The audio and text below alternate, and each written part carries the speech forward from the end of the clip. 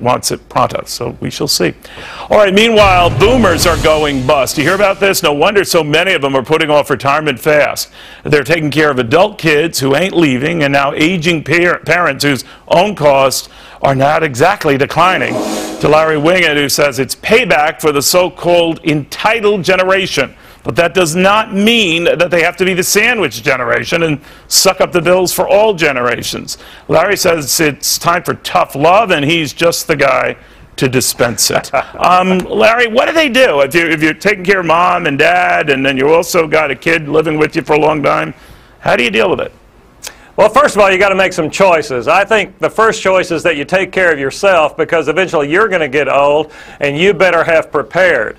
So when it comes to taking care of mama and daddy, I think you do that because that's the right thing to do. But when it comes to taking care of your kids, stop doing that. A recent study said that 70% of people over the age of 68 still contribute substantially financially to their adult children. And I think we take care of kids out of two reasons: stupidity and guilt. We stupidly didn't teach them how to take care of themselves, so out of guilt we end up taking care of them. That has to stop. How do Thanksgivings go at your house? I love that. I have very responsible children. I taught them well. All right, because you're a printing press of money, and I get the message to them is you're not getting a buck of it. But that's fine. Larry, here's what is, I think, particularly unique for this generation, because a lot of people have said of the boomers and all, well, you know, you thought you could change the world, and your fancy cars and everything else, you sucked up all the stuff out there, so good that all this is happening to you. What do you think of that? Well, I think that's a shame. We also are the most productive generation in history. The fact that we screwed up and added to the entitlement problem by not forcing our kids to be accountable, that is our biggest downfall. And that's by the way, I love you dearly, but I think the generation ahead of us, like my mom's generation, dad's generation, the greatest generation, I love everyone in my generation, but they blew us to shame.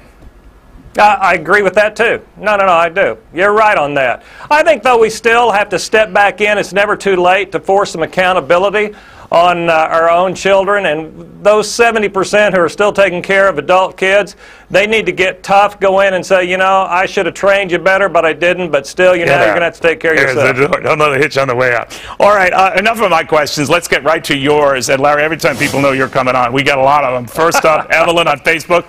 My husband's last day at work at 79 is December 6th. I have no idea what the best thing to do for health care coverage is. I've always been covered until now. What do you think? Gee, a person who's confused about health care coverage. He's 79 years old, so unless he married 30 years younger than him, and if he did, well, hoorah, congratulations. Stop it. Go ahead. She probably qualifies for Medicare, I would say, so I would suggest that if she's over 65, she rely on Medicare. If she's not 65, she's as confused as the rest of it when it comes to figuring out her health care. All right, next up, John is tweeting this, Larry. What percentage of people never get to collect Social Security? Does this percentage enter into any equation? What do you think? According to the Social Security Administration, 4% of people never collect any Social Security benefits. And that's because they're either infrequent workers or they're immigrants. And the poverty level among those people is about 45%. So that's how the numbers work out. Retire and collect your Social Security benefits earlier or later? What does Larry do? I think you wait as long as you possibly can. I would suggest 70 years old. Okay. And we'll check back with the 79-year-old dude's wife to see how old she is. That went well. Larry, always good having you. Thank you.